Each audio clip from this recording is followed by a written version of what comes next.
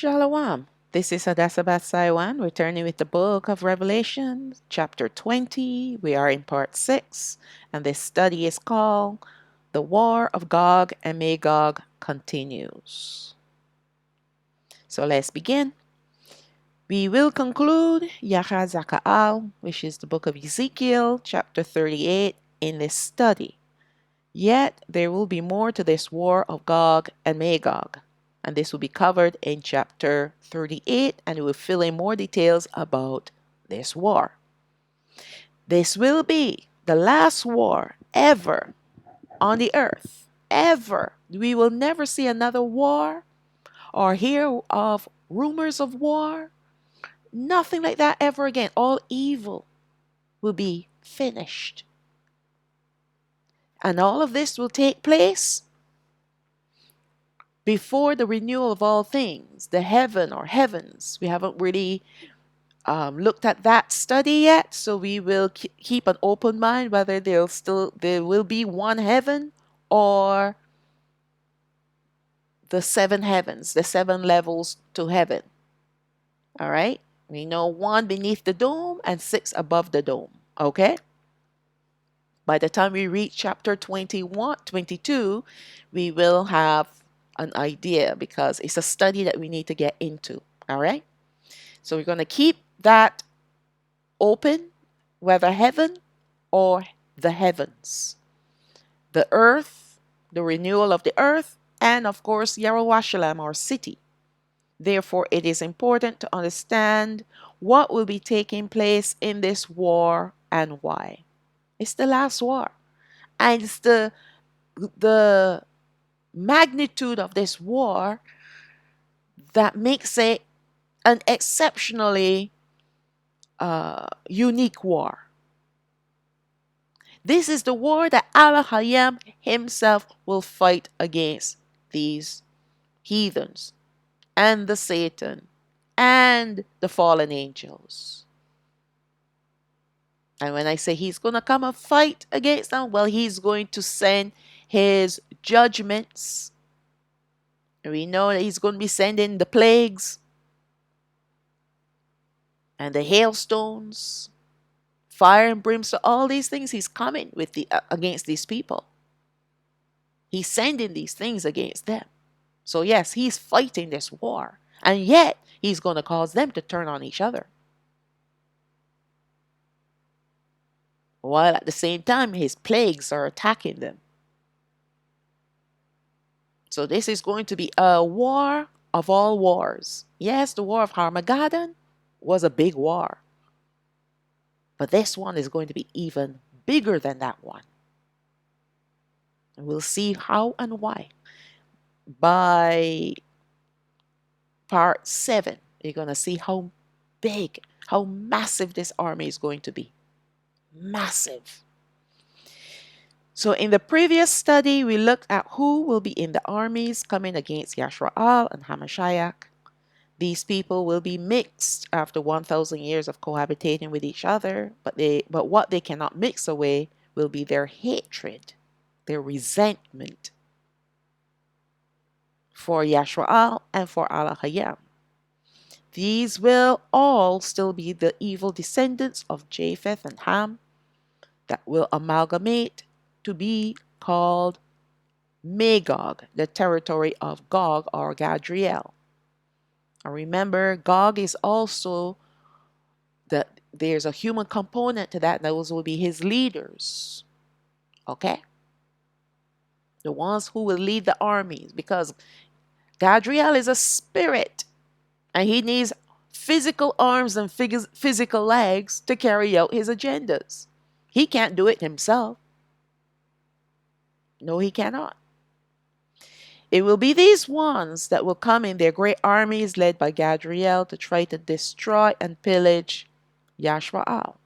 Yet it will be Alahayam who will be luring these wicked people and Satan to their doom. He's going to draw them. And we saw that in the last study when we looked at in the Apocrypha the story behind the first Exodus, how Alahayam caused, when it was time for his people to leave, he was the one who apprehended. He called him Mastema, but this is the Satan and his demons.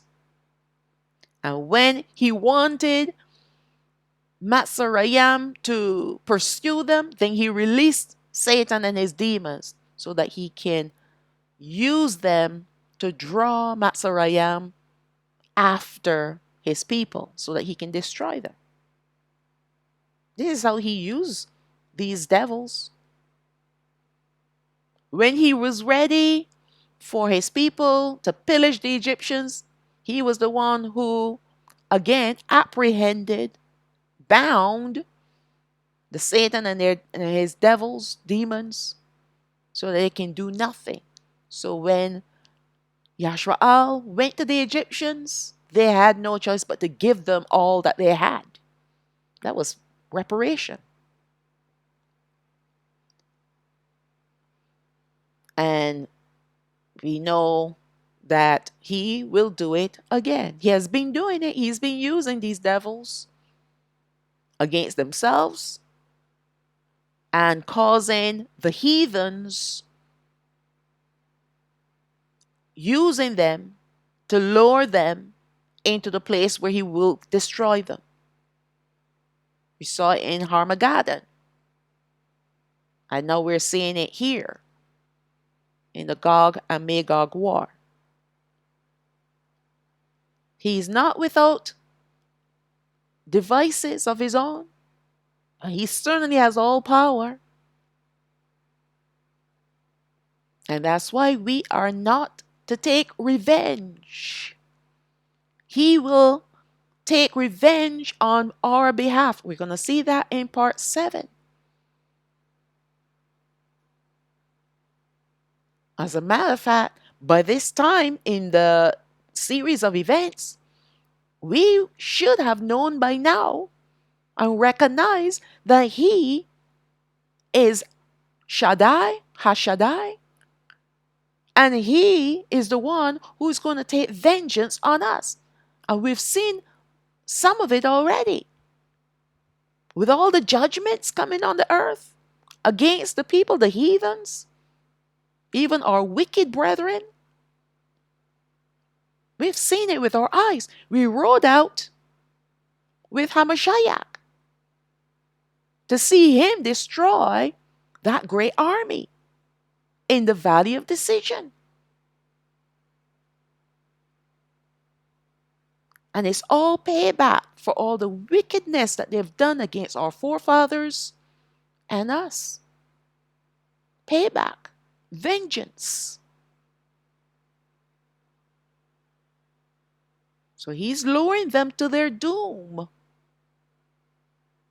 Let's look at Yahachazaqaal chapter 38, verse 14. Therefore, son of man, prophesy and say unto Gog, thus said Yahweh Alahayam, in that day when my people of Yasharaal dwell safely, shall you not know it? Of course they're going to know. They're going to hear rumors. Nothing spreads faster than rumors and gossip.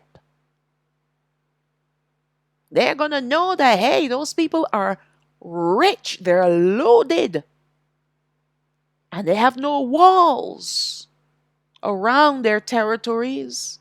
There are no gates either. Everything is open.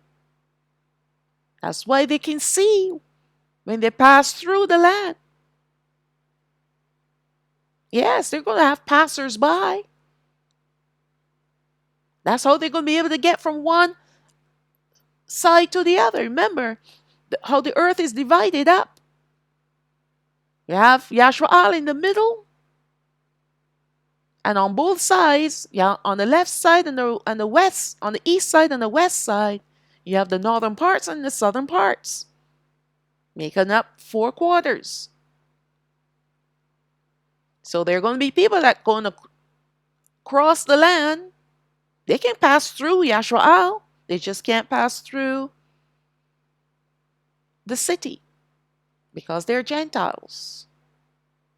And no Gentiles will be able to come into his city or even pass through it. But we're going to see later on that he's going to change that. All right?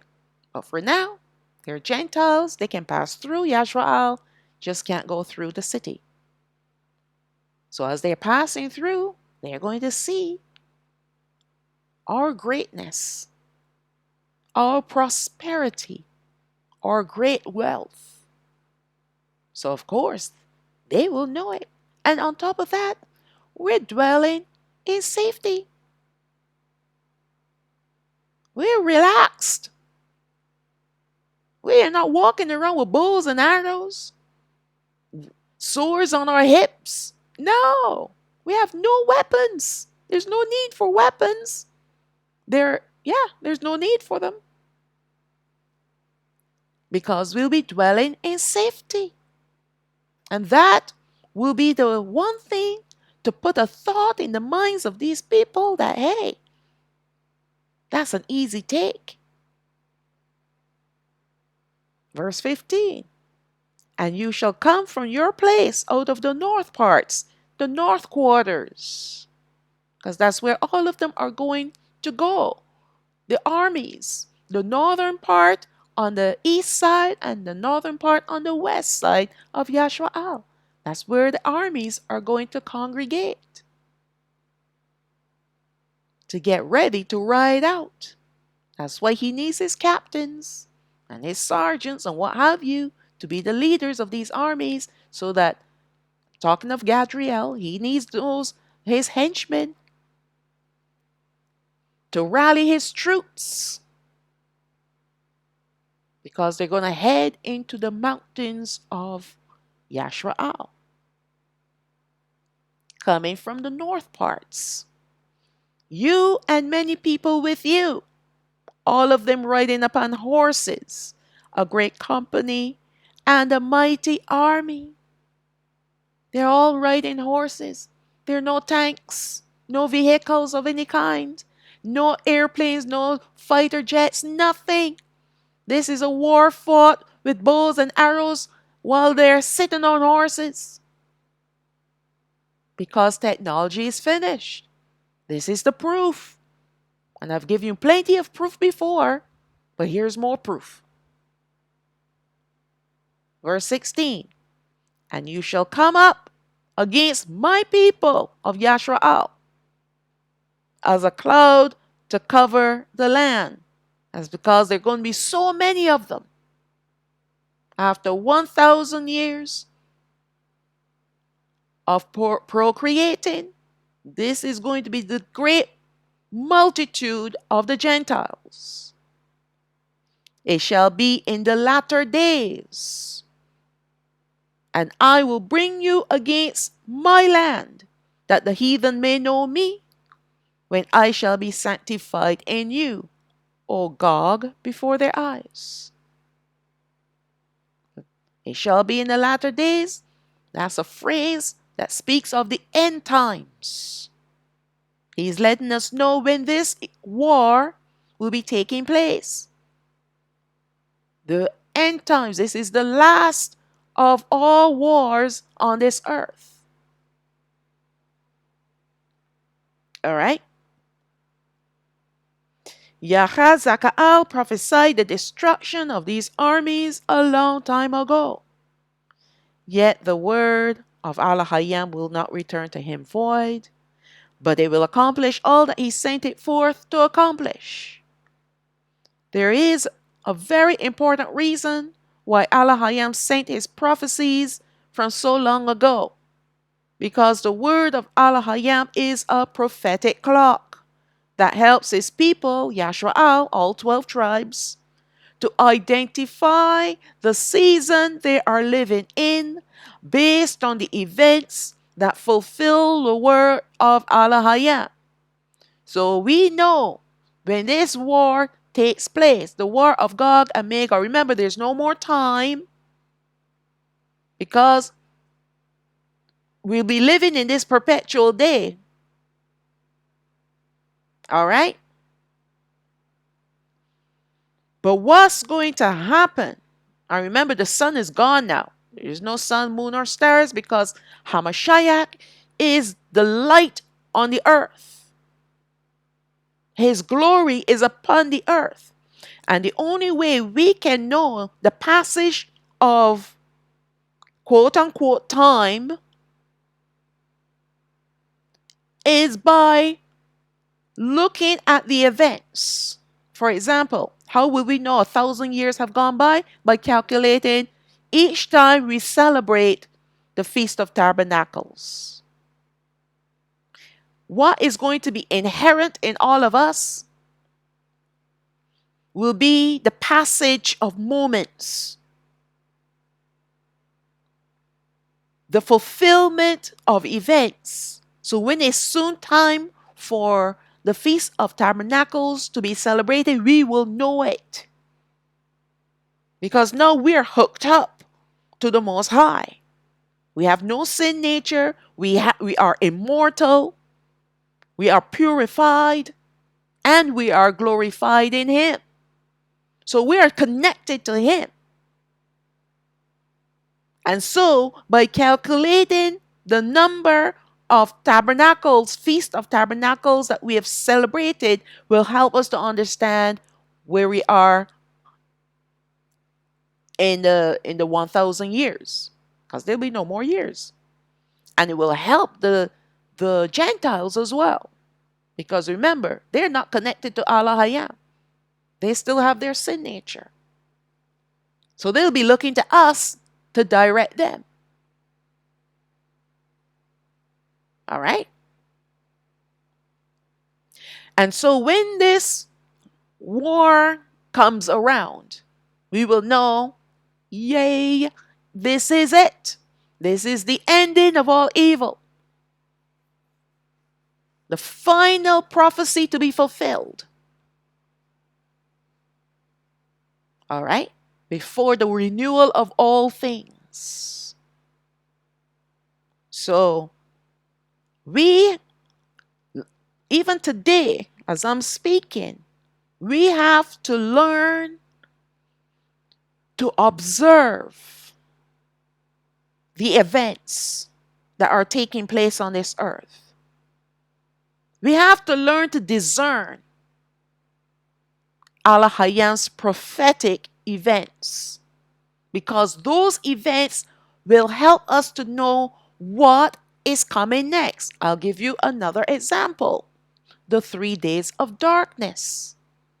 We know that when this occurs, that the next event to take place will be the regathering of the southern kingdom. Once the southern kingdom is taken off this earth, we know the next event will be the 5th seal to be opened. And after the 5th seal is opened, then we know that the war between the northern kingdom, because their eyes are open now, they know who they are, and the war between them and the New World Order, because that beast is going to rise up along with the anti-Messiah. So these are all prophetic events that have a connection to time. The prophetic clock of Alahayam. So we don't really need to know the exact day or the exact hour. We just need to look at the events and we'll know. Automatically we will know. All right?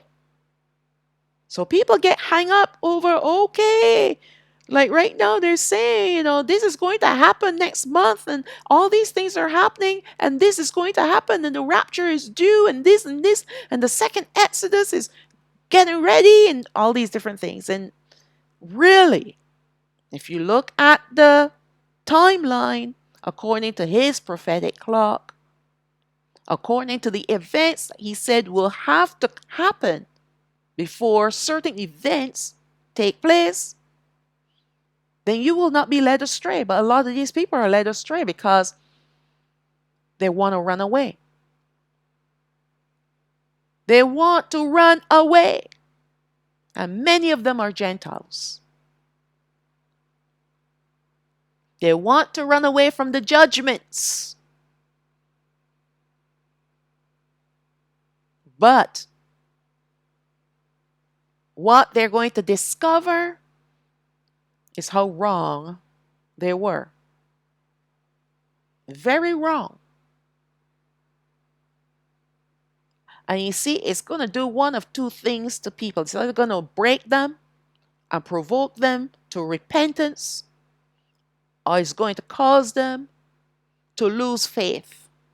Well, they have no faith in the beginning, but it's going to cause them to give up. And we know that there are a lot of people out there setting up people with all these different rapture dates. And people are becoming more and more depressed because the time will pass by, nothing happens. But it's all by design, folks. It's all by design. Because the gods that they worship is giving them all these false prophecies and these false doctrines and these false teachings to do exactly what they're doing today.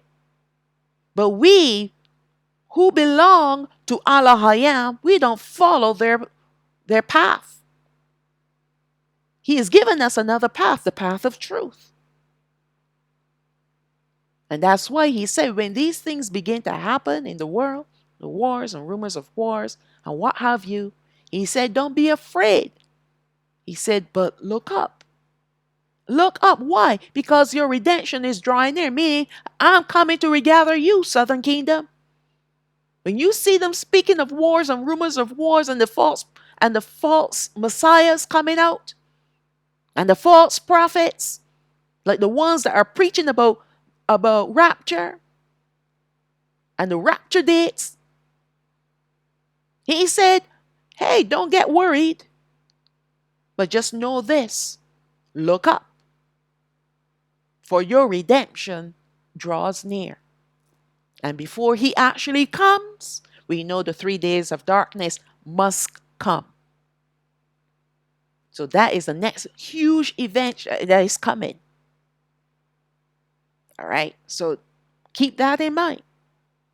Don't pay attention to these fools out there. Yes, they are fools because they're foolish. They're ignorant of the truth. And they're lost in darkness. And Alahayam has caused them to be saturated with more darkness. Why? Because they want to believe in a lie more than in a truth. In the truth. He already knows who belongs to him, even of the Gentiles. From going through these studies, he already knows who belongs to him even before they're born. He knows who will worship him. And he knew this before he even started the creation of the earth. He already knew everything that was going to happen. So the ones that are following the pagans and the false prophecies and what have you, he has given them over to the Satans, to the unclean spirits, to the fallen angels. He's given them over to them. And that's why they are hardcore in their beliefs, in their pagan doctrines. You can't shift them even if you tried. Hardcore. Same thing with our brethren.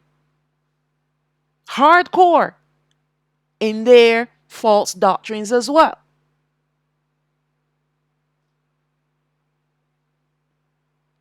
All right. They inform us of what is coming, how it is coming, and even when. And this is what Alahayam's prophetic events do for us. And that's why we need to be in tune to Ruach HaKodesh, because he's the one who reveals to us the prophetic events, the prophecies, and the revelation of the prophecies. And once you have an understanding, then you can't go wrong. You can't go astray.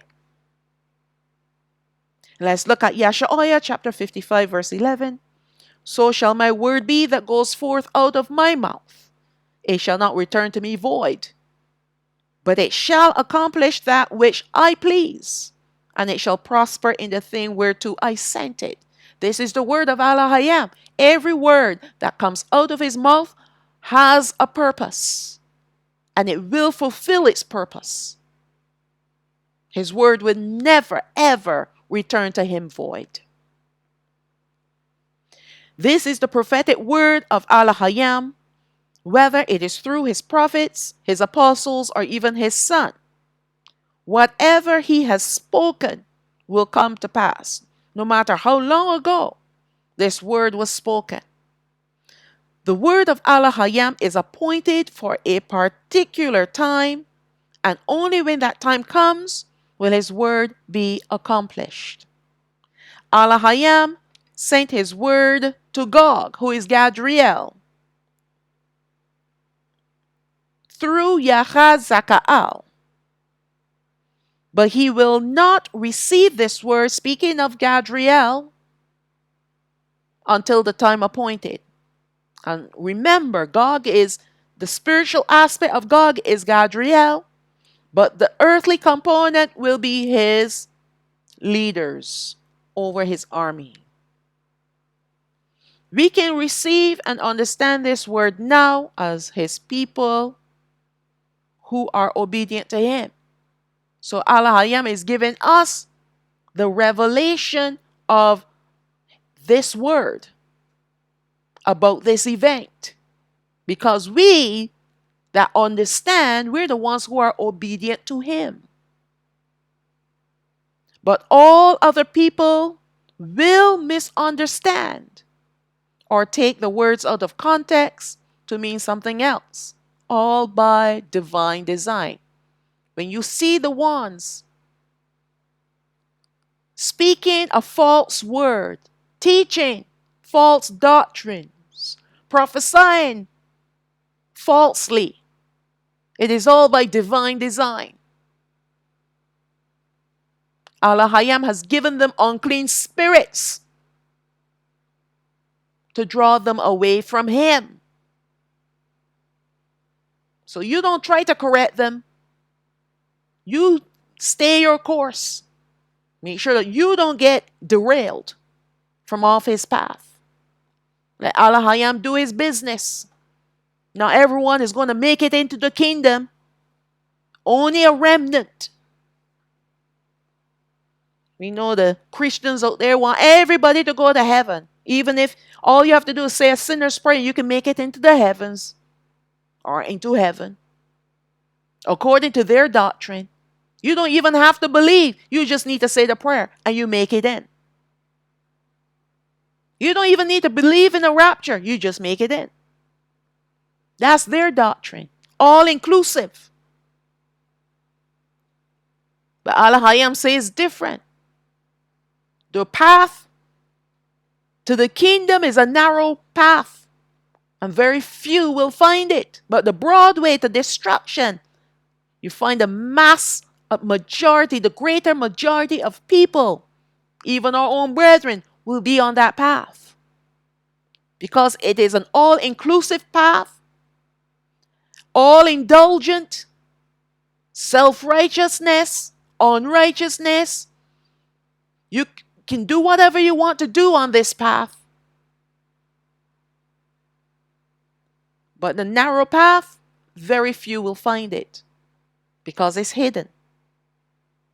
And you need the light of Alahayam. You need the glory of his son to help you to see your way to this path. And that's why all these things that you see happening today, don't you dare try to convince Not even your own brother. Because they'll turn around and stone you. When they come to you with a question, then you answer it. It's sad to say, but many of our brethren, even in our own family, are not going to make it. Do you think people are coming out with family members? No. He said one of a city and two of a family. I think that's somewhere in Jeremiah 11, somewhere there. Two of a family is a husband and wife. Not even a brother and a sister, or two brothers or two sisters. Husband and wife, that's the family there. Two of the family. And one of a city. That's how we're coming out. That's who he's drawing out. That's how few of us that are coming out and entering into his kingdom. All right? So don't think that your mama, your papa, your grandmama, your granddad, and your aunties and your uncles, all of that. No. No. Alahayam said no. It's a narrow path and few will find it. And if Alahayam has given you the knowledge, the discernment, his Ruach HaKodesh, let's give it one title. Ruach HaKodesh, he's given you his spirit. Hold on to him and let him guide you. You can't force people to know the truth, to want to know the truth. You can't force it on them. Hamashiach came on the earth, and he is the son of Alahayam. How many people believed in him? In the beginning, he had a great multitude, but they followed him for food, or they followed him to see the miracles. But when it came down now to the teaching, not very many can handle his teaching because they cannot handle the truth.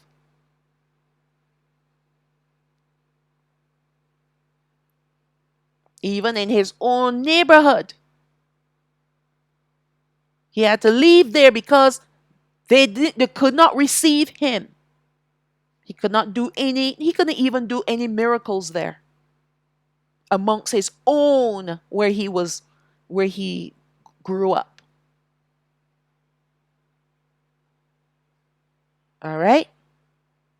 So if this happened with Hamashiach, imagine us today. Our friends and family, oh no. He's in La La Land, she's in La La Land. That's what they're going to say about you because of the truth that you come with. And be prepared to be rejected. But remember, Hamashiach said, they're not rejecting you, but they're rejecting me. So don't take it personally. Don't think that you're on the wrong path because everybody's rejecting you. They're rejecting you because they're in the darkness and you are the light. And the darkness hates the light. So when they see you coming, they want to run. That's not their fault. And it's certainly not yours either. The darkness is in them. It's causing them to flee away. So don't take it personally.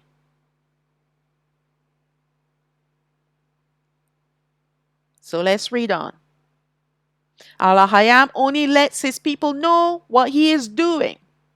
He tells us because we belong to him, and nothing should come as a surprise to us. It is for this reason why so many of our brethren are misled by the scriptures, or they deny the scriptures. So either they're misled or they deny. They're misled because they don't understand the scriptures, or they deny the truth. because they are led by evil spirits to do so. Why? Because Alahayam is not interested in them. Not everyone is ready to receive his truth.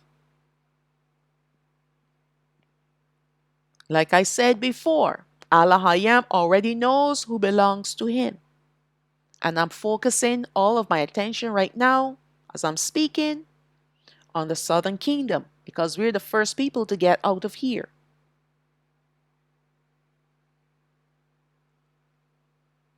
He knew that these are the ones that will go astray no matter what.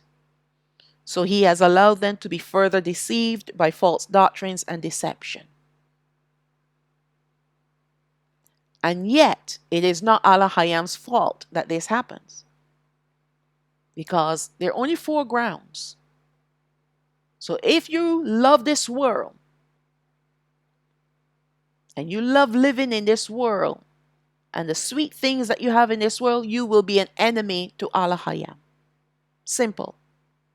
You cannot be friends with the world and love everything this world has to offer and be a friend to Alahayam. Cannot. You have to despise the things in this world in order to love him and to be his child, to be his friend. Because the things in this world is against him.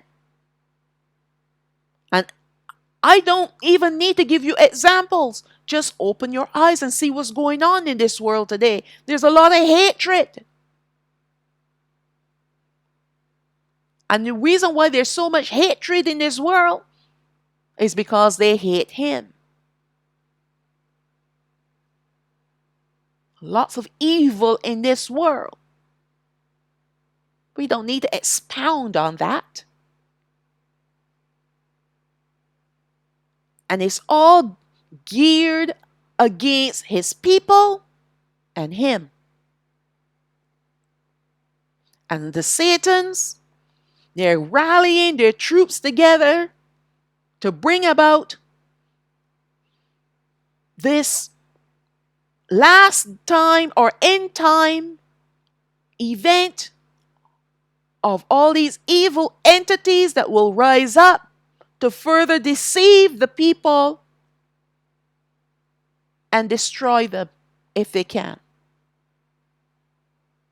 It's coming. And you don't want to be here. But, like I said, 3 days of darkness, the southern kingdom is finished. There'll be no one from the southern kingdom left on the earth.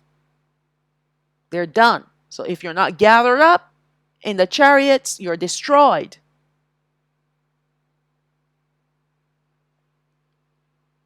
All right. Let's read Bara'ashayath, the book of Genesis, chapter 18, verse 16. And the men rose up from there and looked towards Sodom, and Abraham went with them to bring them on the way. So these are the 3 angels that visited Abraham. One of them was the angel of Alahayam, and 2 other angels that were with him. And we know the angel of Alahayam is Hamashiach before he came on the earth. This is the form that he took when he visited his people. Verse 17, and Yahweh said, shall I hide from Abraham that thing which I do? Saying that Abraham shall surely become a great and mighty nation, and all the nations of the earth shall be blessed in him. For I know him, that he will command his children and his household after him, and they shall keep the way of Yahweh to do justice and judgment, that Yahweh may bring upon Abraham that which he had spoken of him, because Alahayam knew Abraham even before he was born, that he was going to be the grape that he will choose, the progenitor of his tribes. All right? He knew. Let's look at Yahachazaqaal chapter 15, verse 12. This is my commandment, that you love one another as I have loved you. Greater love has no man than this, that a man lay down his life for his friends. You are my friends, if you do whatsoever I command you. Henceforth I call you not servants, for the servant knows not what his Adawan does, his master does. But I call you friends. For all things that I have heard of my Abba, I have made known unto you. So he's not going to leave us in the dark when he's getting ready to roll out his events. He's going to tell us everything that we need to know and what we need to do. He told Abraham that he was going to come and destroy Sodom and Gomorrah. He was letting Abraham know what his intentions were. He didn't have to tell Abraham, but Abraham, he called him his friend. And he knew that Abraham was faithful to him, his faithful servant, and he was going to teach his faithfulness to all that were around him, his servants and his household.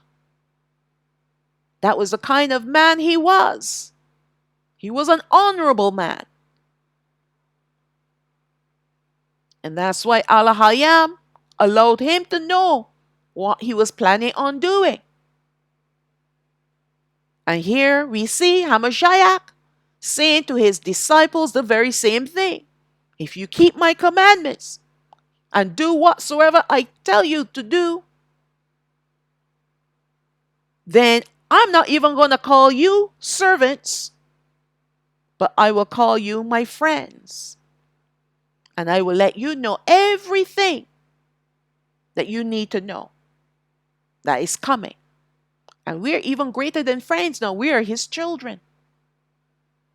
Ain't nothing closer than a child and a parent together. Friends are close. But parent and child, even closer. They share a bond, an unspoken bond. The prophecy set against Gog and Magog is in the last days, the latter times, to draw these evil people into the land of Yasharaal, because they will know that they, the 12 tribes of Yasharaal, are dwelling in peace and prosperity. Alahayam will make sure that these heathens will know it, for they shall see from afar and hear from the mouths of people about the great wealth of Yasharaal.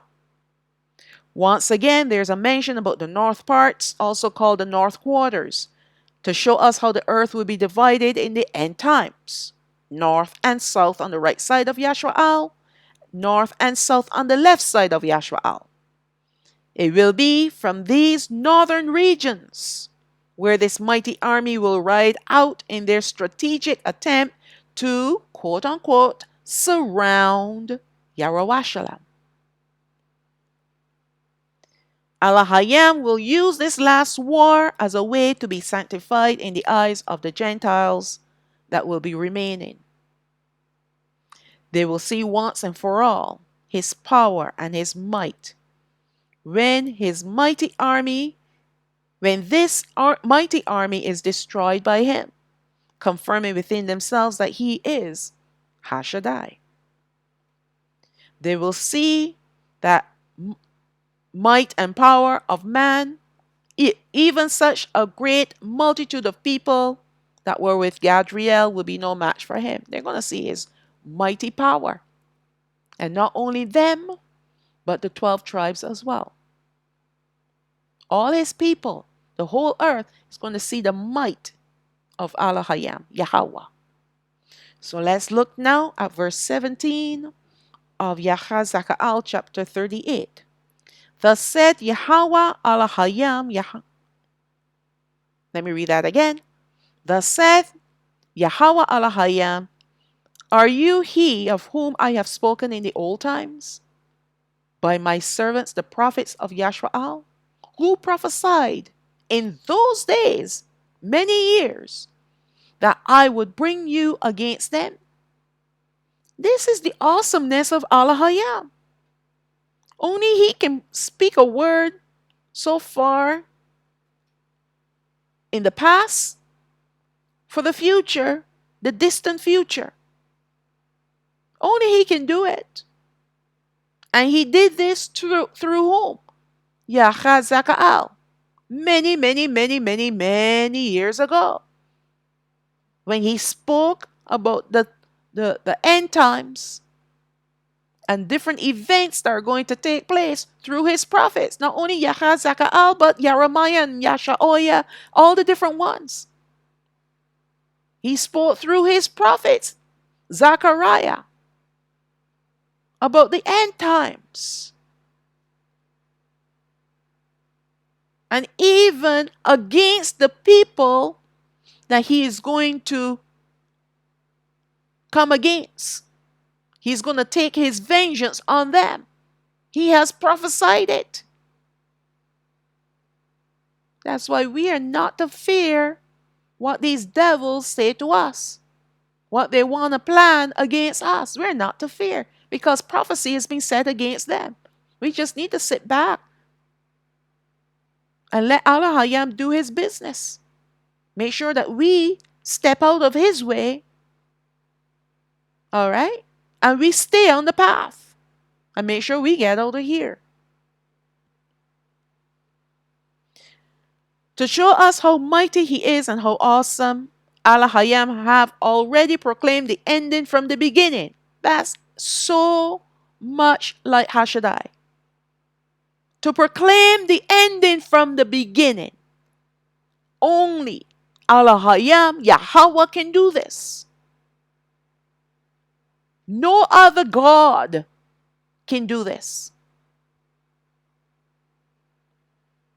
The way how these devils work on the earth, if they want something to happen, they have to do something called the cause and effect. All right?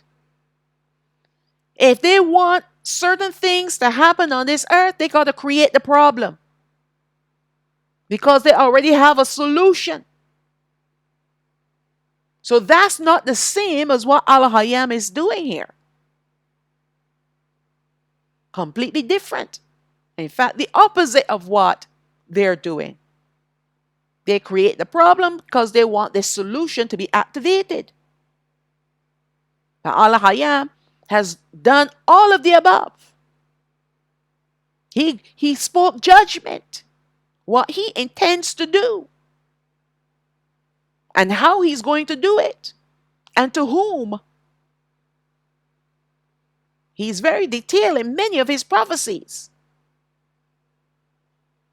So he doesn't need to create a scenario so that his prophecies will come to pass. He doesn't work that way. Because he already knows what these devils are going to be up to. He already prophesied everything from years ago. Can't say eons, from years ago. That's why all these foolish ones today calling themselves a prophet or prophetess, they are liars. Alahayam does not need prophets anymore. Whether male or female, he does not need them anymore because he's already given the prophecy from way back. All to do with his people, all to do with his prophetic events, pointing to the very end of the age and the beginning of the new. Tell me what a prophet can prophesy today that is relevant to the end times, that has not already been spoken. All right. As prophecies are fulfilled, they also help us as people to believe in him.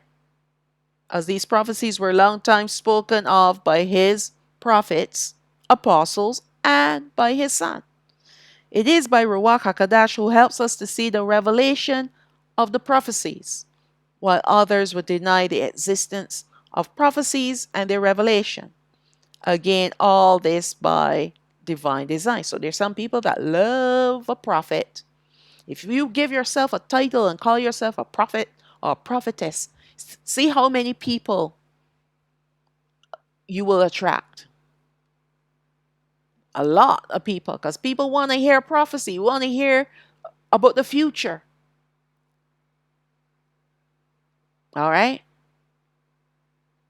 If you can come and give them a word daily, they'll be happy to hear it. And we have a lot of false prophets out there doing that. But they give their prophecies according to Jesus or Christ or the Lord or God. So right off the bat, you gotta know that it is a false prophet or false prophetess calling on pagan gods. Even all the other names too that they call on. Yahuwah, Ahaya, Yashaya, all of them false gods. So obviously the word that they come with will be false prophecies. In fact, they're not even prophecies, they're predictions. There's a difference. They look around, they even go and look at the news headlines, and they predict. It's not hard to predict what's going to happen tomorrow. If you look at the different signs, oh, there'll be some massive earthquakes in this region. We have an increase of earthquakes on the earth. Of course, there's going to be earthquakes. Oh, there's going to be a war coming. Of course, there are going to be rumors of war, because that's the era that we're living in right now, the end times. They can't come with any fresh news. They can't come with any new prophecy. It is not given to them because they're not speaking on behalf of Alahayam Yahweh. He doesn't need them. He doesn't need that office anymore. He sent Ruach HaKodesh to do that now for us, to bring word to us. Revelation of his already spoken prophecies. We need to understand the prophecies. We need to understand the prophetic events that are coming. We need revelation. We need truth. But the reason why that people call themselves by all these different titles is because they want notoriety. They want people to be patting them on the back and saying what an awesome person you are, stealing the glory from Alahayam. And all they're doing is leading you down the broad way to destruction. I already tell you, steer clear from anyone that calls himself a prophet, a prophetess, apostle. Stay away from those people. They're not needed anymore. Stay far away from them. Run the other way. 2 Peter chapter 1 verse 21. For the prophecy came not in old time by the will of man, but by holy men of Alahayam, spoke as they were moved by who? Ruach HaKodesh. A lot of these people that call themselves all these different titles, they're not moved by Ruach HaKodesh. That's why they speak gibberish. And all the prophecies that they speak about, they don't come to pass. Or if you happen to think that they've come to pass, it's something that was already in the news, that was already put out there. A lot of people call everything, oh, I got a word from Alahayam, so therefore it's prophecy. I got a word from God, so therefore it's prophecy. You don't understand what prophecy is. Prophecy is not for your own personal It is not it is not a personal word. It is about his people, and it's about his future events. It's about the end times. And you got them prophesying all kind of nonsense, claiming that it's prophecy. Oh, I had a word about this person. I had a word about that person. I'm like, oh my goodness. I've never seen that in the scriptures before. The word that Alahayam gave his prophets in the Bible were for his people, to draw them out of the darkness and back into his light, to rebuke them.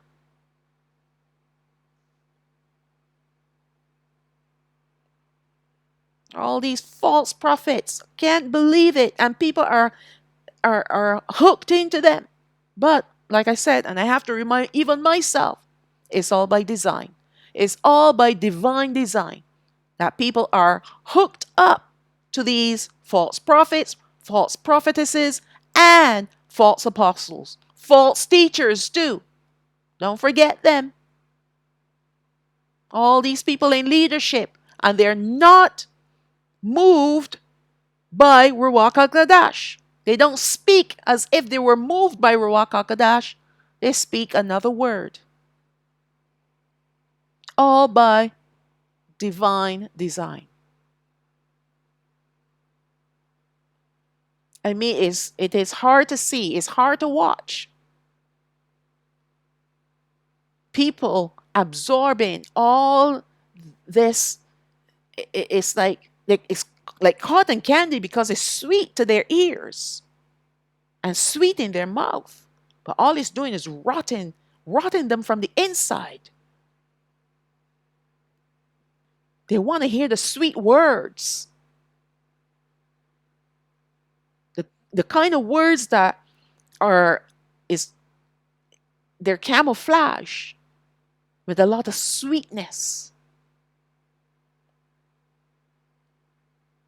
And it's hard to watch, to see people close to you, people not so close to you. You don't even have to know the people, but when you see the response of people listening to this utter deception, it's like, oh my, what will it take for people to wake up? What will it take?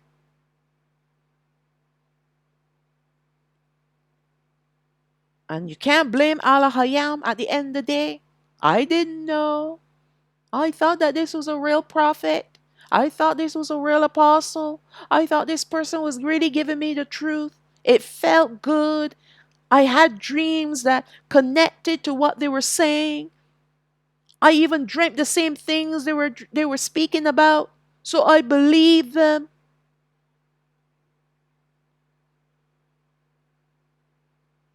All right. You need to be able to discern the spirits, because evil spirits can give you dreams too. They can give you visions too. You need to be able to discern. And if you are without Ruach HaKodesh, you're doomed for destruction. Because he's the only one that can guide you where you need to go. And of course, it starts with believing in HaMashiach. Because you're not getting his spirit without first believing in him. All right, let's move on. Yasharaal chapter 46, verse 9. Remember the former things of old, for I am Alahayam, and there's none else. I am Alahayam, and there's none like me. Declaring the end from the beginning, and from ancient times the things that are not yet done, saying, my counsel shall stand, and I will do all my pleasure.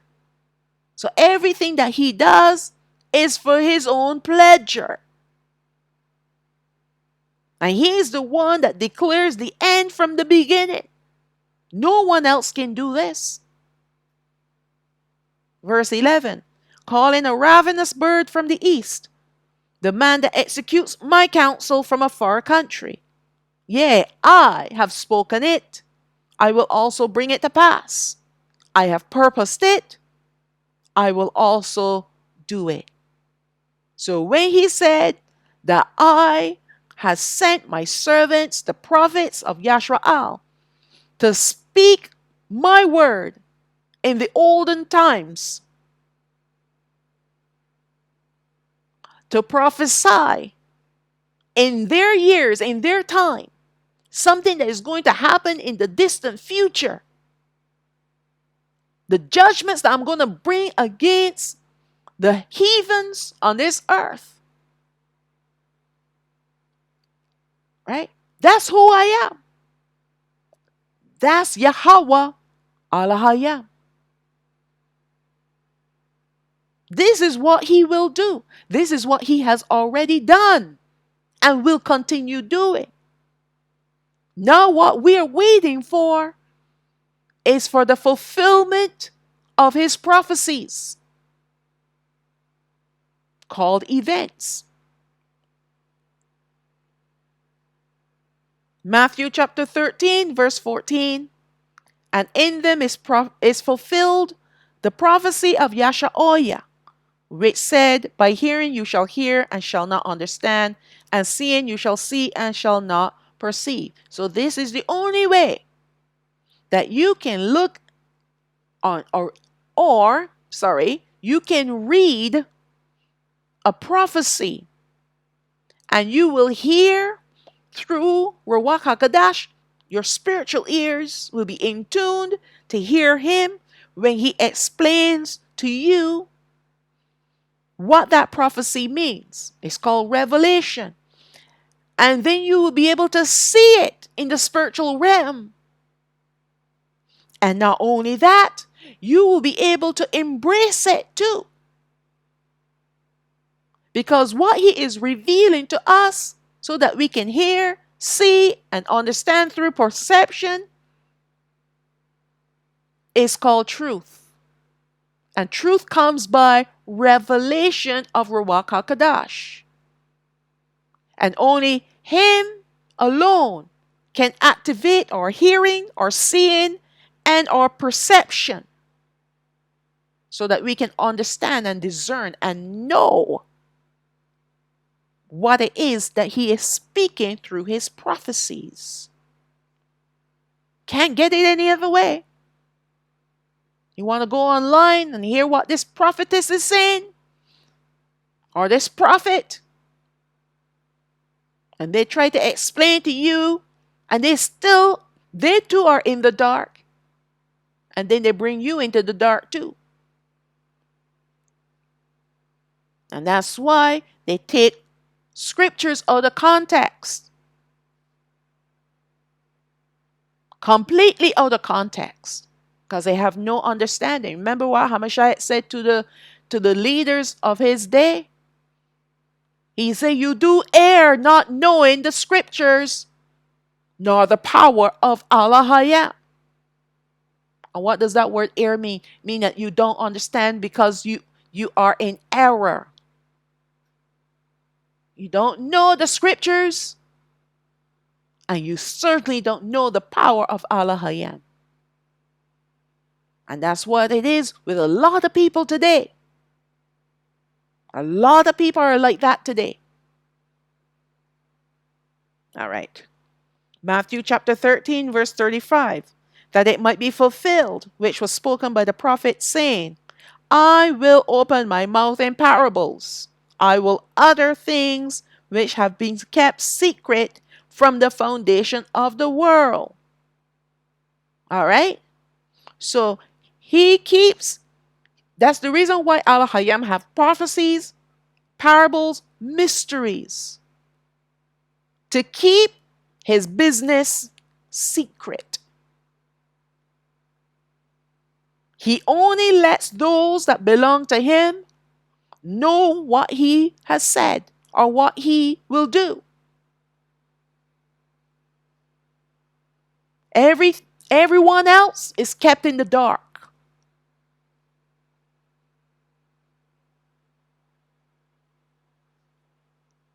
That's why Hamashiach spoke in parables. He had the multitudes around him. When his disciples were alone with him, then they asked him, "Can you please explain the parable?" And then he will explain it to them, not the multitudes.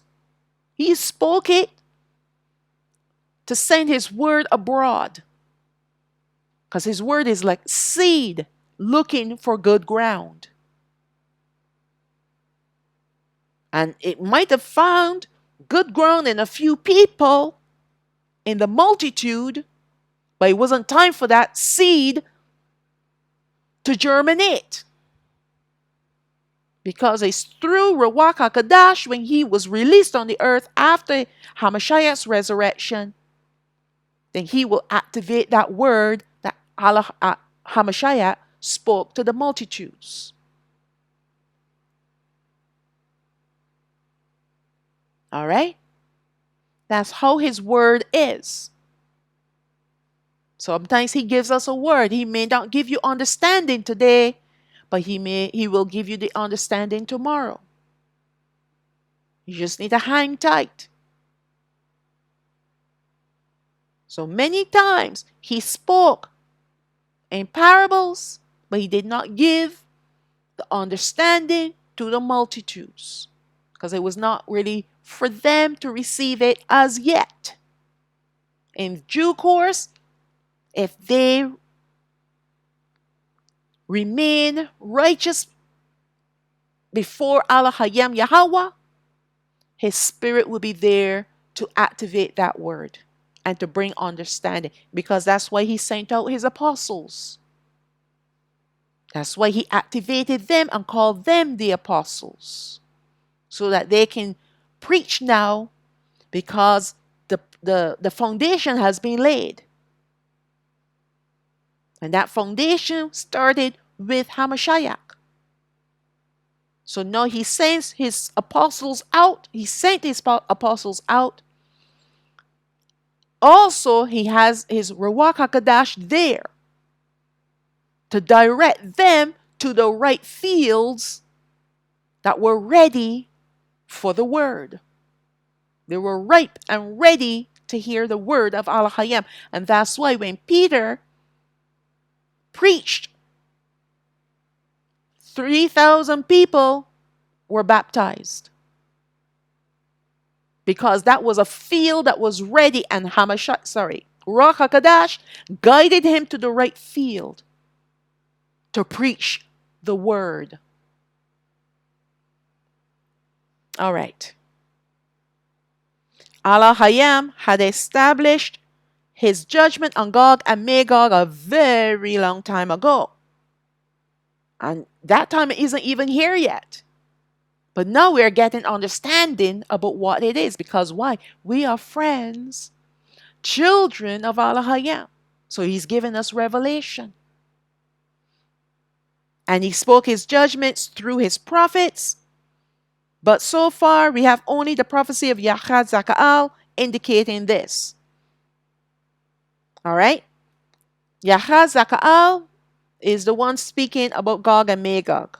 And we know that there were more prophets that spoke about these two entities. But that's all right. We don't need a whole bunch of prophets speaking about what Alahayam has already spoken through Yahachazaqaal. You see, like I said, many times before, they've messed with our book, the Bible. But Alahayam said you can go so far and no farther. You can't take everything out.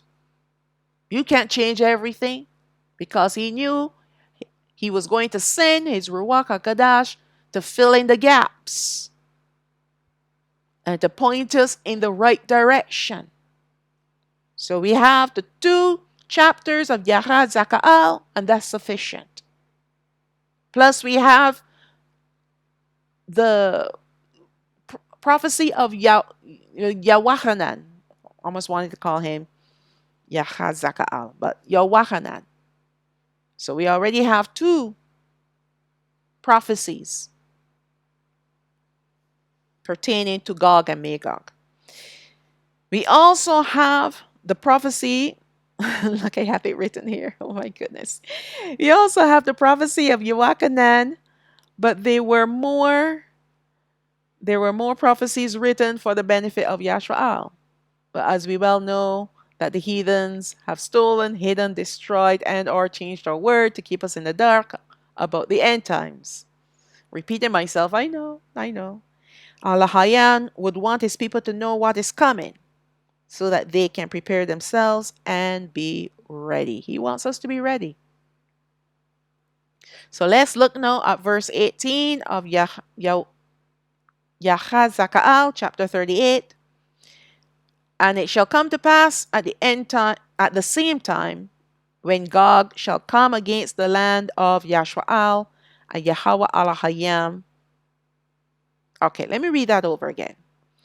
And it shall come to pass at the same time, when Gog shall come against the land of Yasharaal, said Yahweh Alahayam, that my fury shall come up in my face. He's going to get so angry because he's going to remember everything that Gadriel did and everything that Magog, because Magog is still a part of Gog, and their forefathers, their ancestors, all the evil that has been done against his people and his land, and even his creation. He is going to remember. That's why we call him patient, long-suffering. Because if it was any of us, we would have lost it a long time ago and destroyed everything and started all over again. But he is long-suffering and he is patient. Gog is the chief prince, the Satan Gadriel, who is being lured to come against Habanai Ol Yasharaal. Alahayam has not forgotten all the evil that Gadriel has done against his people and even his creation. It is for this reason why Alahayam will bring his wrath against Gadriel, who is the evil spirit behind Gog, and he will be the one to destroy him forever. Gog and Magog. So even though he talks about Gog, he's also going to come against Magog. Magog are the inhabitants, the Gentiles, that will make up the army of Gadriel. And Gog is also the leadership that is over Magog, the army. So he's going to set his fury against all of them. But he has an exceptional punishment for Gadriel. Gadriel was the one, he was Lucifer, who we call Lucifer, but he's the one that was the anointed cherub. And he had great power and position in the heavens. But he got greedy, he got lustful, and he turned his worship that should have been directed to Alahayam, Yahweh, he turned it upon himself. And on top of that, he caused a third of Alahayam's angels to follow him. Then he came down to the earth and he tempted the man and woman that Alahayam created. And then Gadriel, he caused the watchers to go and cohabitate with the daughters of men. Then he caused the Satans to teach the men on the earth, who will be the children of Cain and the Nephilim spirits, their children, all the evil, all the secrets that they should not have known. How to kill one another, how to make armor, how to make weapons, all kinds of things they taught them. And throughout the ages, as we watch and see what's going on in the world, who do you think is responsible for all this evil? Who do you think is responsible for for grown people interfering with little children. Men with men, women with women. Who do you think is at the helm of all of this? Telling people anyone can put on makeup. Inverting themselves. And then people with animals. All these wicked things. Who do you think is at the helm of all this? Gadriel. He's the chief prince. He's the leader of the Satans. That's why he's the last to be destroyed. And Alahayam will not forget. Okay, let's move to verse 19 of Yahachazaqaal, chapter 38. For in my jealousy and in the fire of my wrath have I spoken. Surely in that day there shall be a great shaking in the land of Yasharaal, so that the fishes of the sea and the fowls of the heaven and the beasts of the field and all creeping things that creep upon the earth and all the men that are upon the face of the earth shall shake at my presence. And the mountains shall be thrown down, and the steep places shall fall, and every wall shall fall to the ground. So when Alahayam comes with vengeance and fury, it's going to be greater than even all 7 vials put together. Greater than that. Alahayam is coming with vengeance to punish the wicked inhabitants on the earth, including Gadriel. This is his judgment that he had set a long time ago. And now it is time for him to exact his vengeance for the sake of his beloved Yasharaal. So let's look at Debarayam chapter 32 verse 39. See now that I, even I, am he, and there's no God with me. I kill and I make alive. I wound and I heal. Neither is there any that can deliver out of my hand. So when he sets his judgments to be fulfilled, when he activates his judgments, there's no one that can change them. Verse 40, for I lift up my hand to heaven and say, I live forever. If I whet my glittering sword, which means it's lightning, and my hand take hold on judgment, I will render vengeance to my enemies and will reward them that hate me. I will make my arrows drunk with blood, and my sword shall devour flesh. And that with the blood of the slain and of the captives, from the beginning of revenges upon the enemy. So he remembers everything that we go through. We've gone through everything that our forefathers, reaching all the way back to Adam and Hawa. He remembers all the evil that was done to us throughout the ages. But he has a time appointed for his vengeance.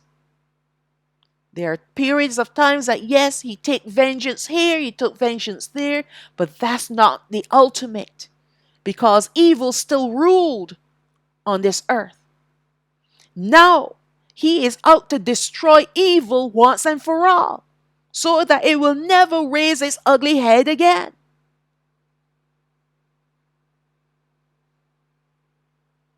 That's what he is. That's what he has prophesied, and that's what he is going to do. Clean the earth completely of evil. Evil spirits and evil people.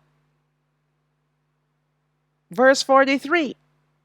Rejoice, O you nations, with his people, for he will avenge the blood of his servants, and will render vengeance to his adversaries, and will be merciful unto his land and to his people. This is what it's all about. He is coming with vengeance and with fury because of all the wickedness has been done against us. That's why when he comes in the last days, in the latter times, there's going to be a great shaking, even in the land of Yasharaal. Not in Yahachazaqaal, no sir, but in the land of Yasharaal. And the mountains, they're going to be coming down, but not Mount Sinai. That's staying up. And the people on the earth will shake at his presence, not his people, because they'll be dwelling in Yahachazaqaal. And Yahachazaqaal isn't shaking. Hamashiach is there with them. They're surrounded by the glory of Alahayam, and he's in their midst. So there's no shaking for them. But every single person that is on the earth, even the righteous Gentiles, the ones that didn't go to war against us, they're going to be shaking too. The birds in the air, the fish in the sea, the animals on the earth, all going to be shaken. Mountains are going to come down except Mount Sinai. Walls, all their dwelling places coming down. You know what he's doing? He's getting ready to rebuild. That's why he got to tear it all down with the exception of what belongs to him that he established. He established the homes for his people. He established his mountain. He established his tabernacle. These are the things that he built with his hands. So they're staying. But all else will come down. Don't worry, the Gentiles, they're going to get new homes. Don't worry about them. But they need to shake in their boots for the last time. Because Alahayam, this will be their final sifting. Let's see, when I shake them now, what rises to the surface. All right? Let's carry on. I think I finished it. Yes, I did. Let's carry on. Let's look at Debarayam chapter 32, verse 35. To me belongs vengeance and recompense. Their foot shall slide in due time, for the day of their calamity is at hand, and the things that shall come upon them make haste. Alahayam, he is going to bring vengeance. Listen, people. I know many of you out there hoping for reparations. All right? Let me warn you right now. This is not time for you to pursue reparations. Just like Alahayam had a time appointed for the 12 tribes of Yasharaal when they came out, or before they came out of Goshen, he caused them to pillage Matzorayim, the Egyptians, so that they got what belonged to them. The silver, the gold, the goodly apparel, all the brass, the bronze, all of that they got. It was handed to them on a platter. They didn't have to fight for it. They didn't even have to ask for it. They just knock on the door, and the people already were waiting at the door with all these things to give to them. Alahayam put it in their hearts to do it. And don't forget, he bound the Satans, the fallen angels, and the unclean spirits. He bound them so that they couldn't stir up anything, any evil in the hearts of the people. The people were fearful. And they knew, because Alahayam spoke it to them, to gather these things and give it to my people when they come knocking at your door. You think they had to come with their hat in their hand and shoulders all hunched over like, could you please give. No! They came and they knocked boldly at the door. And as soon as they knocked, the door was open and the things were sitting right there by the front door. Now, you don't need too much imagination to know how Alahayam works. This is all his doing. So us today, the southern kingdom, we don't need reparations because we're going to glory. But reparations, however, is coming to the northern kingdom when they start their exodus, the second exodus. And when we all return to the land, the southern kingdom and the northern kingdom were made one in the land of Yasharaal, in the hand of Hamashiach. When we ride out as 12 tribes against the beast empire number 8, led by Azazel, they're going to be coming with their silver and gold and goodly apparel. That will be our reparation. Because Hamashiach is going to open his mouth, and his sword, the word that comes from his lips, will cause them to melt where they stand. Even their animals. But the silver and the gold and the goodly apparel that they brought with them for us will remain. And that's what we're going to collect and call our reparations. Does it sound like we have to fight for anything? Does it sound like we have to beg for anything? Does it sound like we have to go put a signature on a piece of paper and then send it into the government? Huh? Okay. When he's ready, he is going to cause the Gentiles on this earth to come and lay it at our feet.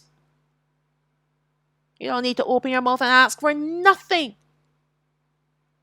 or anything. All right, let's read on. Nahum chapter 1 verse 2. Alahayam is jealous and Yahweh revenges. Yahweh revenges and is furious. Yahweh will take vengeance on his adversaries, and he reserves wrath for his enemies. Yahweh is slow to anger and great in power, and will not at all acquit the wicked. Yahweh has his way in the whirlwind and in the storm, and the clouds are the dust of his feet. Verse 4.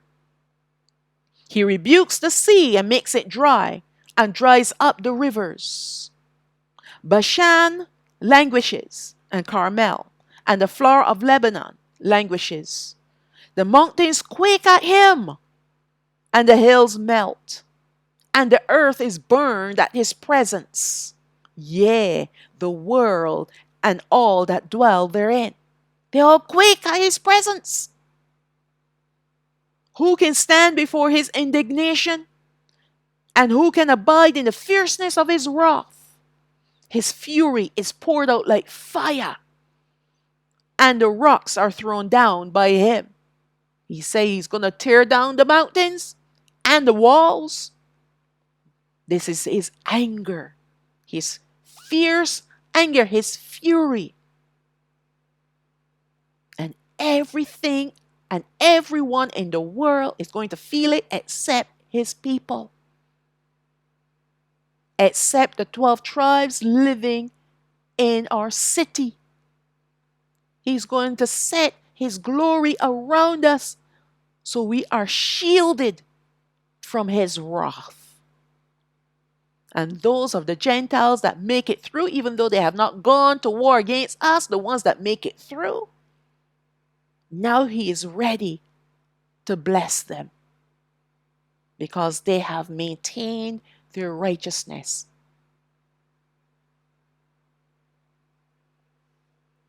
They didn't grow fearful and jump off a cliff somewhere because of fear, but they maintained themselves. I can imagine what they would do. They'd probably get on their knees and pray. Save us. Protect us. That's what I would have done. If I was feeling the whole earth shaking and there's nothing or nowhere to go or nothing to do, I would get on my knees and pray. All right. Alahayam is bringing his vengeance upon this earth, and the only people that will not be affected by it will be Yasharaal, who will be dwelling safely in their land called Yasharaal. Dwelling safely in the land Yasharaal, but dwelling in Yarowashalam, because that's where the 12 tribes are going to be living, in Yarowashalam. Yarowashalam is going to be a massive city. All right? Alahayam said that he is slow to anger, and this is 100% truth, because all the wicked things that have been done to his people throughout the generations, he did not exact all of his vengeance until now. This is the reason why no one can say that he is unjust, because he is a just Alahayam. So let's look at Psalms 89, verse 13. You have a mighty arm. Strong is your hand, and high is your right hand. Justice and judgment are the habitation of your throne. Mercy and truth shall go before your face. So this is what protects us from him, from his wrath. Mercy and truth. All right? Alahayam will not relent until he has poured out all of his wrath upon the remaining wicked on the earth, and those who have dared to come into his land, Yasharaal. Unfortunately, even the righteous of the Gentile inhabitants will experience his tremendous and fearsome fury. Yet, if they remain faithful to him, his wrath will not destroy them, but he will preserve them. However, they are to see his power and his might one last time, to sift them for the last time. It is through this final sifting that will secure in their minds and in their hearts, once and for all, that Alahayam is Hashaddai, and he is to be worshipped and feared. Remember that the remaining mountains will be in Yasharaal, and it will be these mountains that Alahayam will bring down, with the exception of his mountain called Sayawan. So the shaking in our land will be throughout the land, but not in Yarowashalam. And Yarowashalam is where the 12 tribes will be dwelling. Okay? There will be a great shaking in all the land of the earth, because he is coming down with vengeance to punish the wicked. Yet the 12 tribes of Yasharaal will not experience the shaking, neither will Yarowashalam. All else will experience this tremendous shaking that is not even close to a great earthquake, but nevertheless a great shaking. Because the earthquake, the land starts to split and all kinds of stuff. This is just a shaking now. Shaking, like literally, the earth is going to be shaking so wildly that the mountains are going to come down. There'll be no splitting of the earth, but the mountains are going to just come down. Walls are going to come down. Dwelling places are going to come down. Even the birds in the air, they're going to feel it, because the earth is shaking, but the heavens are going to shake too. That's why the birds are going to feel it. I know the prophet didn't say that the heavens are going to shake, but if the birds are going to feel the shaking, that means that there's going to be some shaking in the heavens. And now when I say heavens, I'm not talking the heavens above the dome. I'm talking about the heaven beneath the dome. Sorry for saying heavens. I meant heaven. So the space beneath the dome, which is first heaven, that's going to shake. All right? The entire earth and all of Gentile inhabitants will feel his power and his wrath in this shaking, and even the fish and animals will quake because of all this. Alahayam will also bring down the walls that were built by human hands, and seeing that the habitations of Yasharaal were built by his hands, they will remain. Besides, there is no shaking in our city, and wherever the 12 tribes will be residing in our land. So we will be residing in the city, not in the land Yasharaal. Remember, the land is going to expand. All right? So wherever the 12 tribes will be in the city. That massive city called Yahachazaqaal. All right? The rest of Yasharaal, the land outside of the city, that will be shaken. But the land inside the city will not be shaken. And remember, they're going to be dwelling in a city. Well, they're going to be towns and cities within the city, the great city. All right? All around Mount Saiwan. Mount Saiwan is going to be in the center of the earth. All right? And we're all going to be dwelling around Mount Saiwan in our cities. Okay? And around us will be a wall of glory. All right? Wall of fire. So there will be no shaking in any of our cities, wherever we are dwelling, in our towns or cities, within the city. Now we're going to look at this in more detail in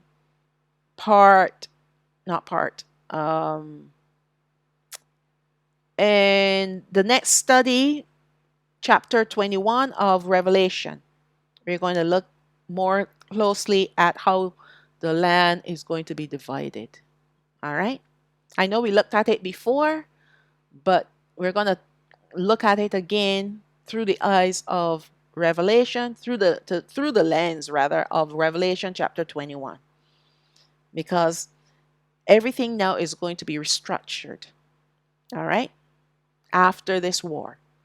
All that the Gentiles had built will be destroyed, so that he, Alahayam, will rebuild the whole earth to be his land, Yasharaal. So the entire earth now will become Yasharaal. And in the manner in which he wants it to be. All of the earth will belong to him. And so all of the worship will also belong to him. Never again will pagan worship be found on the earth, for the whole earth will be renamed Yasharaal, meaning upright of Alahayam.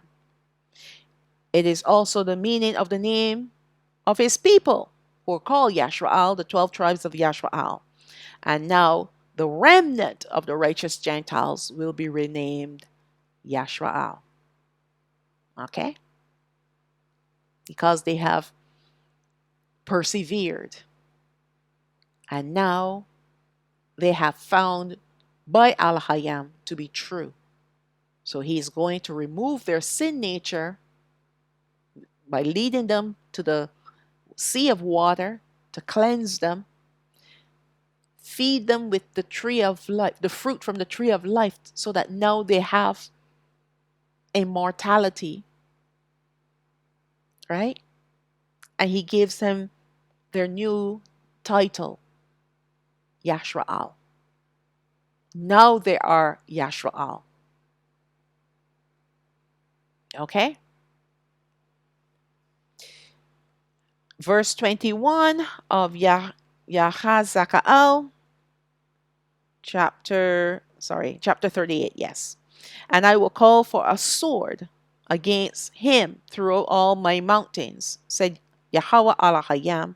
Every man's sword shall be against his brother. Now we've seen this happening so many times, how Alahayam caused our enemies to turn against each other. Alahayam will cause these people in this great army to fight and kill one another. He will put it in their minds to destroy one another with their own weapons.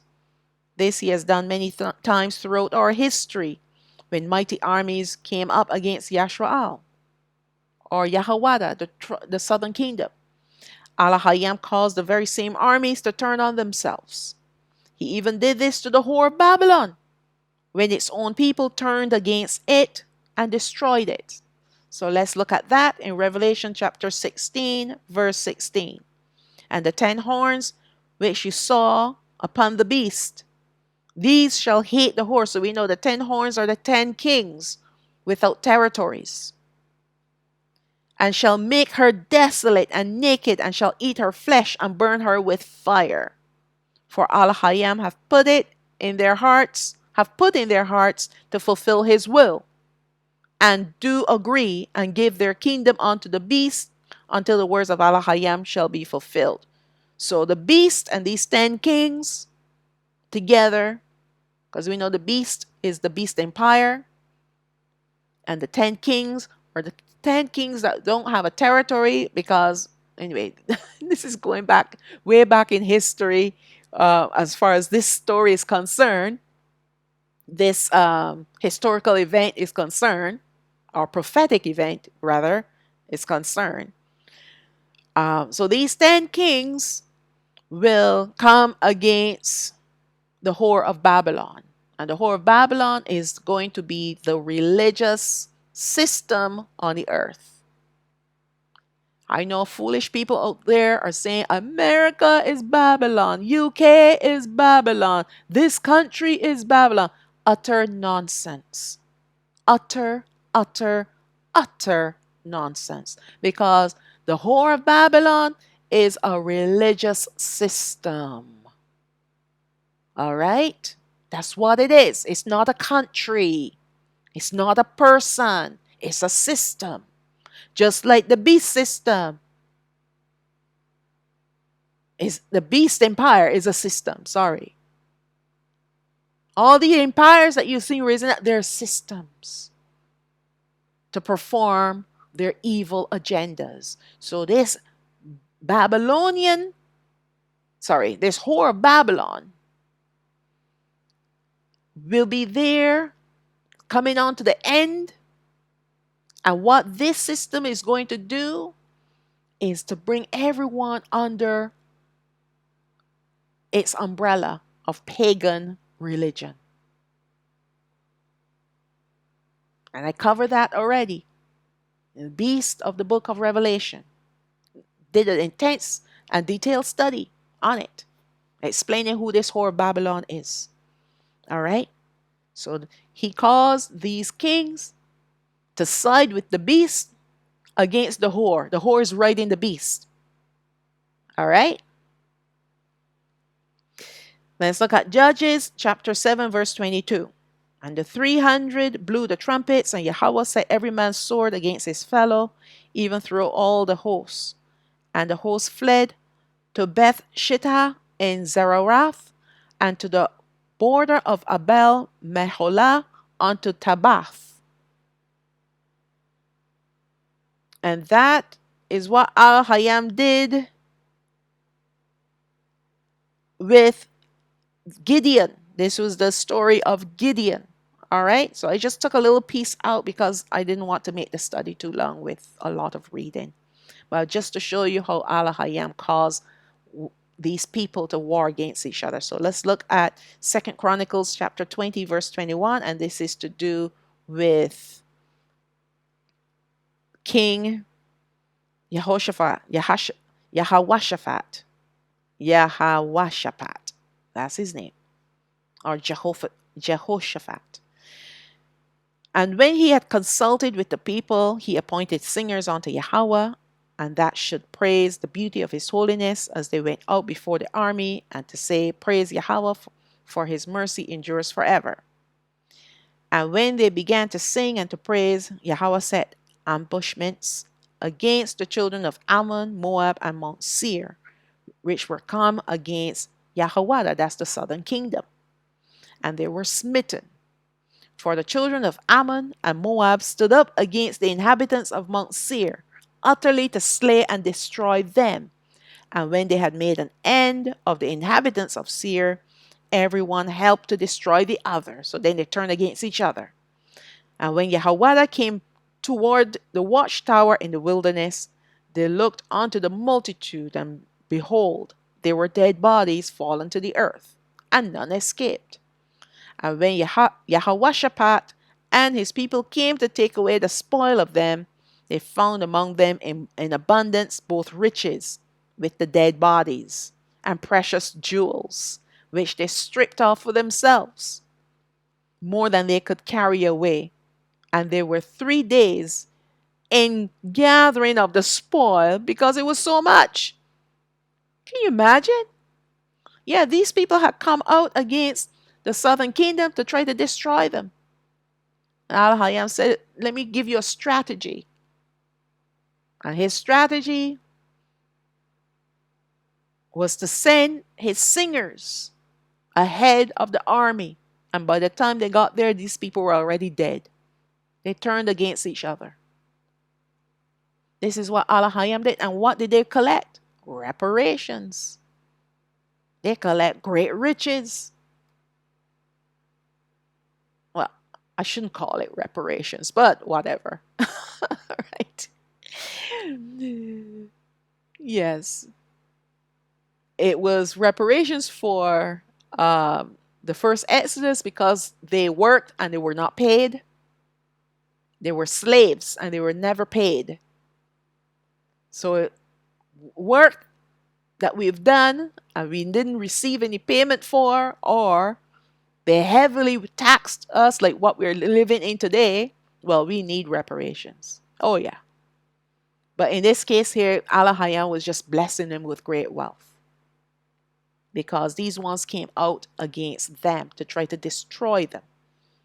So in turn, they got destroyed and our people received great wealth. All right? We see from a few examples how Alahayam used his enemies against themselves to destroy each other. And so it will be this last time in this war of Gog and Magog that they will turn on each other. But at the same time, Alahayam will send further punishments in the form of rain, fire, and brimstone, and hail.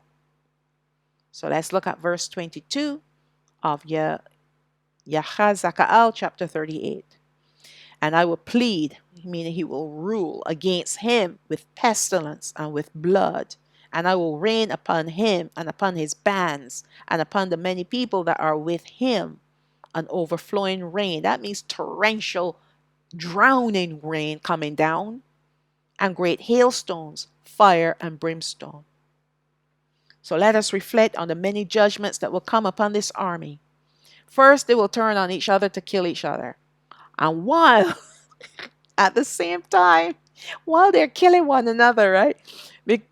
Alahayam will cause diseases to break out amongst them. That's why they're going to bleed. All right? That's why he said pestilence and with blood. Where's that blood coming from? Diseases. All right? They're going to be bleeding from every orifice, every hole that is on their body. Bleeding from their ears, their nose, their mouth, their pores, bleeding. So he's going to afflict them with diseases that will cause them to bleed. Then Alahayam will send floodings. He's going to send torrential rain. So this water coming down from heaven is going to be, have you ever seen a heavy downpour? Oh my goodness. Have you ever seen rain coming down? Like we used to call it sheet rain. And sometimes as a child growing up, back in the days before they had a lot of buildings, because we had 2 playing fields, 3 playing fields behind our house, and we had scatterings of houses. So you can look in the distance and you can see the rain coming towards you, and it looked like a white sheet. And if you don't make it home, you're within 1 second you're drenched. And that rain, when it hits you, all right, when those drops of rain hit you, it's like little pebbles hitting you, and they hit you hard. Now that is a torrential rain, not like the rain we have in Canada, the little sprinkles. They call rain. I was like, this isn't rain. This is a mist, all right? Compared to the rain that we had in in the islands. Oh my goodness. It was wonderful to see though. You see that rain, you run your hardest to get inside the house before that rain touch you, before it touched down where you are. And you can see it coming towards you, you know. You can see it coming. And within a couple of minutes, you see that rain come down. And just as suddenly as it started, suddenly it stopped. And all of a sudden the sun comes out, dries up everything, and it's like nothing ever happened. Oh, that was amazing. Those were the days. Those were the days. Okay, let's go on. Let's read on. Then Alahayam will send floodings, I read that, and great hailstones. Then finally, fire and brimstone. And this sounds like a few of the judgments that he once afflicted Matzorayam, doesn't it? When Pharaoh refused to let his people go. These people will be devastated with disasters, while all at the same time the earth is shaking. The earth is still shaking, you know. All right. When Alahayam sends fire and brimstone, he is sending his final judgment upon these people. They will not be coming before his white throne for judgment. No, they're done. For this is their final judgment and condemnation. When the wicked are condemned for all eternity, they will be dwelling in a place where there is fire and brimstone called the lake of fire. And that's a place that we don't want to be. Okay, so let's look at Psalms 11 verse 5. Yahweh tries the righteous, but the wicked and him that loves violence, his soul hates. Upon the wicked he shall rain snares, fire and brimstone, and a horrible tempest. That's a horrible storm. Rain. This shall be the portion of their cup. Luke chapter 17, verse 29. But the same day that Lawat, who is Lot, went out of Sodom, it rained fire and brimstone from heaven and destroyed them all. So when we see him bring fire and brimstone, that's his judgment against the people. There's no white throne judgment after that. Why on earth would he bring them back to tell them, well, you need to go back to hell? Well, you're going to go to worse than hell. They're already in hell. So whoever is in hell, they're going to go straight to the lake of fire. All right? It's going to be a short transportation from hell to the lake of fire. They're not coming before the throne, the white throne, to be judged again. They've already been judged. You're condemned. You got a taste of where you're going to spend eternity. You got a taste of fire and brimstone. That's it. All right. Alahayam sends his fire and brimstone to punish the wicked, giving them a taste of what their final place of residence will be like. These ones that have faced this judgment of fire and brimstone are condemned for all eternity. This is their portion of their cup. All right. Let us move on to Yahachazaqaal, chapter 38, verse 23. Thus will I magnify myself and sanctify myself, and I will be known in the eyes of many nations, and they shall know that I am Yahweh. So this is how he is magnifying himself, to prove now to those on the earth who he really is. You see, up to this point of time, even today, just look around today, people doing whatever they want to do, live however they want to live, because they have not seen Alahayam and his power and his might. He has not punished anyone as yet. He has not shown his might as yet. So they figure, that's just a fairy tale. He's just a fairy tale. He's not real. I can be my own God. Like some of these prosperity preachers are teaching. You're your own God. You're a little g God. All right? Lots of lies they're teaching people. So they figure they have life in their own hand. And yet, if they're on their dying beds, they want prayer, they want this, they want healing, they want all this, they want help. So you're a little God, heal yourself. But they can't. But Alahayam, once and for all, will prove to every single person on the earth, including the 12 tribes, that he is Yahweh Alahayam. After the war of Gog and Magog concludes, all that is left of the Gentiles inhabiting the earth will glorify Alahayam. They will be the remnant of those who preserved the ancestral nationalities and the worship of Alahayam. They preserve themselves. Alahayam wants that. Right? They blur the lines, you blur the history too. And you blur the worship. But the fact that they were so careful to keep themselves, they will be just as careful to keep their history, the history of the judgments that their forefathers went through.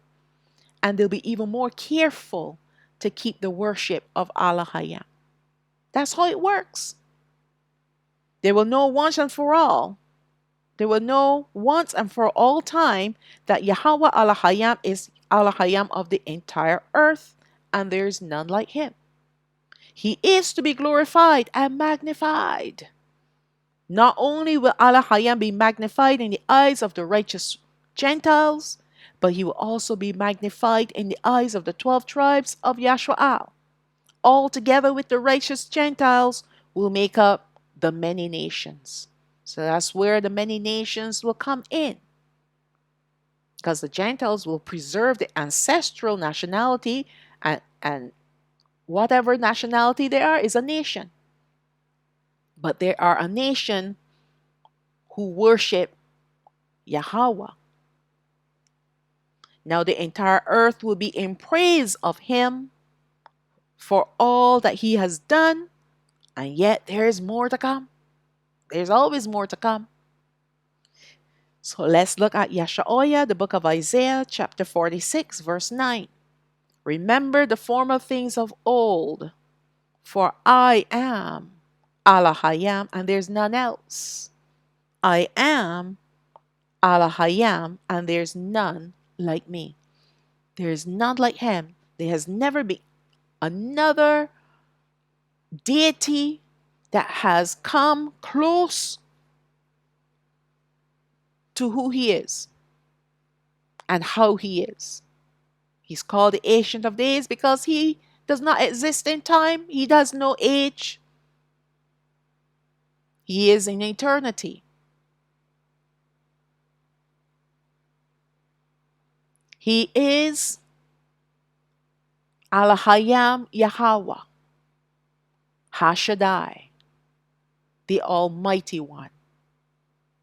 And at the ending of this war, we are going to be singing his praises.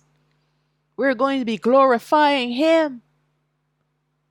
Because now we can begin to truly live, and all evil is completely gone. Can you imagine living in a world where there's no evil? No temptation, no provocation, no anger, no wrath, no sadness, no fear, no sorrows, no tears, nothing. Just perpetually happy and full of joy and thanksgiving. Oh, I can't wait. So that's the ending of part 6. We're going to conclude this war of Gog and Magog in part 7. We're going to look at Yahachazaqaal chapter 39. So we're going to conclude with the blessing for Yasharaal, taken from the Barayam chapter 6, verse 24 to 26. Deuteronomy chapter 6, verse 24 to 26. Yabarakak Yahweh wa Yashamarak. May Yahweh bless you and keep you. Ya'ar Yahweh panayo alayak wa yachanak. May Yahweh cause his face to shine upon you and have favor upon you. Yasharaal Yahweh panayo alayak wa yosham lak shalom. May Yahweh lift up his face upon you and give you peace. And now we're going to say the command that he commands us to speak when we lie down, when we get up, when we go out, when we come in. And it's taken from Alahayam chapter 6, verse 4 and 5, Deuteronomy chapter 6, verse 4 and 5. Shama'o Yasharaal Yahweh Alahayam Yahweh Achad wa Achabath Ath Yahweh Alahayak Bakal Babak wa Bakal Napashak wa Bakal Ma'adak. Hear, O Yasharaal, Yahweh our Alahayam is one Yahweh, and you shall love Yahweh your Alahayam with all your heart, and with all your soul, and with all your might. And with that, I will say, Shalom, Shalom. All praises to the Most High, Abba Yah.